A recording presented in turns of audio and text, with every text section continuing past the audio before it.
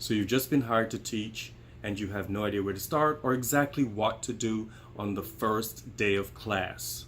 Don't worry, we've got you covered.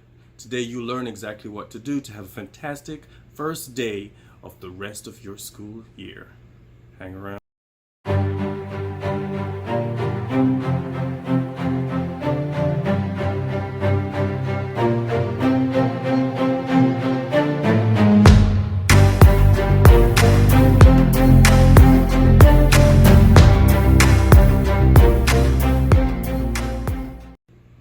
Hey, angry teacher educators, I'm Richard Williams, the angry teacher.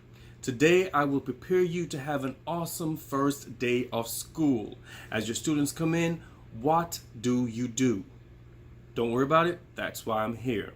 I'll give you 4 steps to have you be able to have a great, wonderful first day of the school year. Hang around, we'll have fun. If you're new here, make sure you click the subscribe button and all the links mentioned in this video down below for the best and craziest classroom strategies. Also, leave a comment down below about what first day strategies you use or will use. Make sure you stick around for the end of the video where I'll give you 2 tips that will help you become a great educator. Step 1. Be there.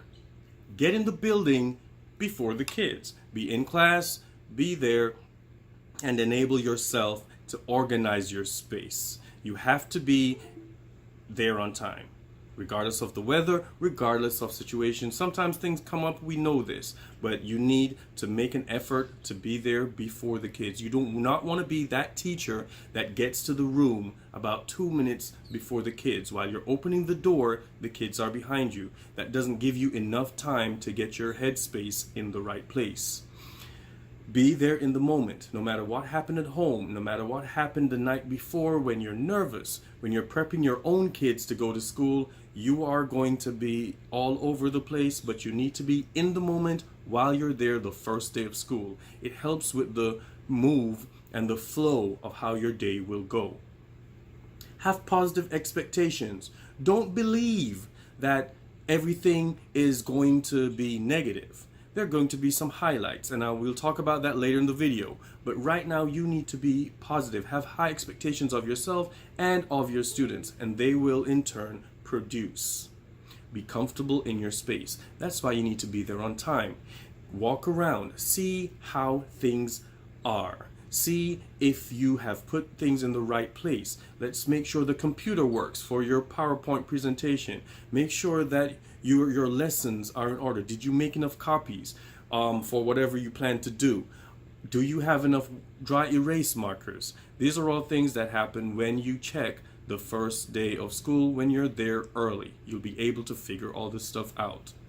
Be patient. Everything may not work your way. Everything may not work as fast as you want, but just be patient, calm down, take a step back, and it'll work out. That's step 1. Step 2. Manage your space. Basically, classroom management. The first thing is have a lesson plan. Have an agenda. Have an idea of where you're going with the lesson for the day. The kids need to know what you're doing. So a lot of us in the district, in different districts, we're required to post our lesson plans or agenda. It's a good practice because it is something that drives you and drives your lesson. When you're confused, when you're running out of things to say, when you can't remember what to say, you go to look at the board, you look at your binder like you just saw. I have a huge binder with all my lessons for the year. As I plan them, I put them in so I can go back to them the following year. So it's a dual purpose in that sense. So have a plan. It helps you plan your journey. I've often told my kids, you cannot go to a place that you've never been before and not have a map or a plan for this journey. You have to know what to expect or where you're going so you can kind of accommodate your plans yourself. All right, be organized. Know exactly what should happen at what point. Know exactly, or plan at least, where these things are supposed to happen. For example, when the kids come in the room, where do you want them to go and sit? Do they walk in front of the board? That's a pet peeve of mine. We'll talk about that in some other videos.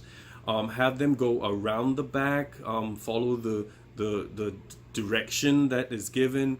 Where do they go and sanitize their hands? Where do they go and pick up colors and crayons and chart paper? Where do you want the kids to go? So in your head or in your space, you need to know exactly where these things are so you can navigate and you can tell the kids exactly what to do and where to go and have these things done. Figure out who these kids are and where they are. A seating chart works. Many people use a seating chart. You can also use have them come in, talk amongst themselves, get to know each other, and then you will get to know who is friends with whom, who sits by themselves, and then you can put them in groups and you can navigate the class that way as well.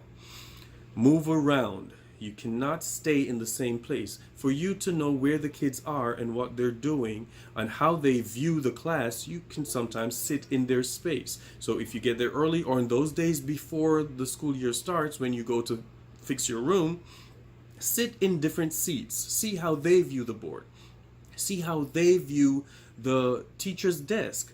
How do they look at your PowerPoints? Can they see it well? Is the lighting good in certain parts of the room? Can they hear the recordings? Can they hear the YouTube videos? All these things you need to know ahead of time. So navigate your space, manage your space, and know exactly how things will go down because you've done it before. You've understood where the kids are because you've sat in their seats, literally. Step 3. Know your lesson. Be the expert in the room. You're the one with the lesson. So let the kids know this. While you're walking around the space, command that space. Let them know that you've planned this lesson for them. You know exactly what's going to happen. You know what you're talking about, whether you do or not. With that said, because you have the agenda, you should be confident. You know exactly the outcome that you need. You know exactly where the day will take you. Now, true life story. I was doing a lesson on, I think it was the contemporary time period in literature, and I'm walking around and I stubbed my toe. And I bumbled over, and then I straightened myself, I righted myself, and I continued with the lesson. Yes, we had a good laugh, but we went on with it because I knew exactly what I had to do and what I had to accomplish and where the lesson was going. Now, when you do your walkthrough originally, the desks will be empty. There will be no book bags on the floor, no pencils on the floor, no trash, nothing to stumble over. So give yourself that, allow yourself for those things to happen. And then because you've practiced and you are the expert on that lesson, write yourself and keep on going. The kids will love it. They'll see that you're human and we'll all get over it. Okay? Also, know the levels of the students that you're teaching. If you have a lower level set of students and you want to push them, you cannot necessarily push too hard depending on the time of the year.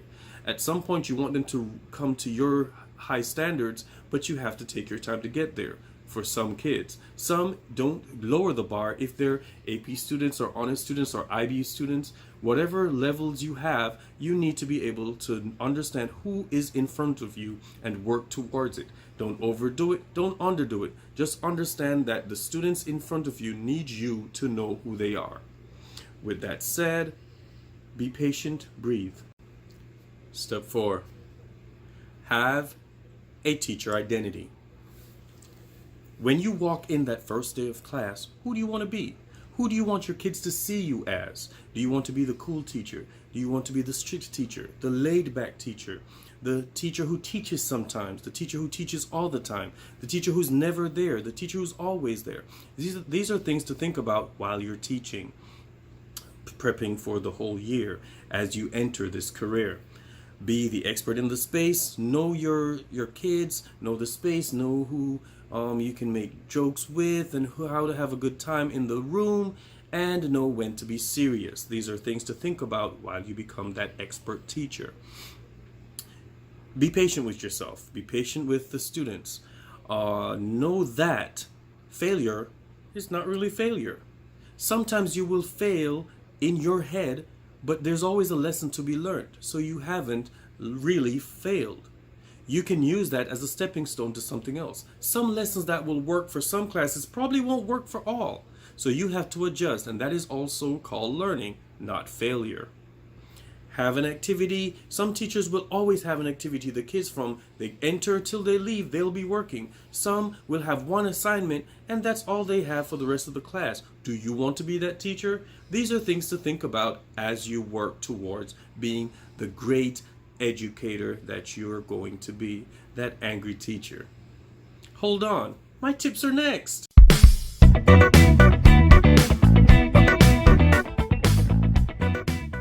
Welcome to the Teacher's Lounge. I'm excited. This is one of my favorite parts of making the videos. This is where I talk about what really grinds my gears. This is where I give tips. This is where I talk about the kids who have driven my career for the past 18 plus years.